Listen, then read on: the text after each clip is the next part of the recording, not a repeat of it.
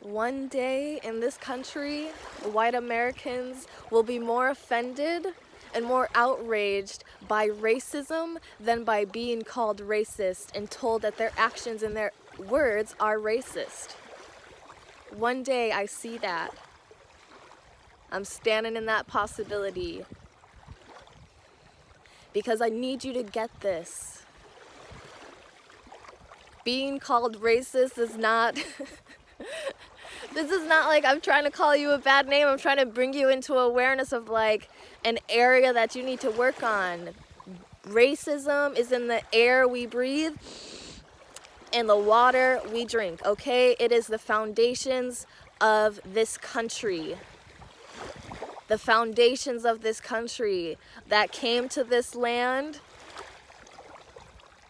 and killed the indigenous people and then brought in ships upon ships of Africans forcibly uprooted from their land to work the land here. That is the foundation of this country, is racism. Like I said, it is the air we breathe and the water we drink. Naturally, you gonna pick some of that up in your socialization as an American, as a white American. That doesn't make you bad. Calling your awareness to something that you said or did that is racist, this is not an objective thing. It's not a subjective thing. It's not something that's like, you get to have an opinion about whether it is or it isn't. It's like truth and lies. I can hold the gray areas for many things, but like we have to get clear that like racism is real. And sometimes you say and do things that are racist. And if I call your awareness to it, I'm not making a judgment on you.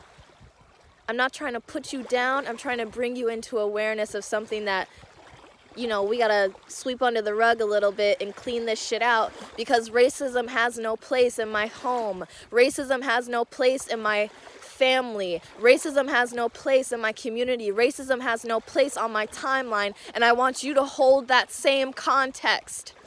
Because your voice has power, and I want you to be as outraged and offended by why the protests started in the first place.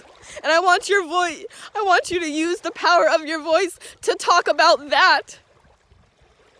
About why they are on the streets in the first place. Don't only use your voice to talk down about their tactics and what you think is the most effective strategy, because you ain't got no skin in the game. You're sitting on the sidelines of history, saying what is and isn't effective. Like you're sitting on the sidelines of a game, saying which plays were right and wrong and what they should have did better. Honey, you're not playing the game. You're not in these streets. You aren't organizing. So your opinion on what you think is and isn't effective and what should and shouldn't be done, I don't want to hear it. Straight up, get some skin in the game. Use the power of your voice, your platform, and your whiteness and your proximity to whiteness to speak about the injustices that are causing the outrage. Talk to your family, to your friends, to your loved ones, to the people on your timeline.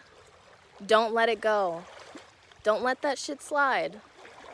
Because your silence perpetuates violence. And it's time for you to get on the right side of history.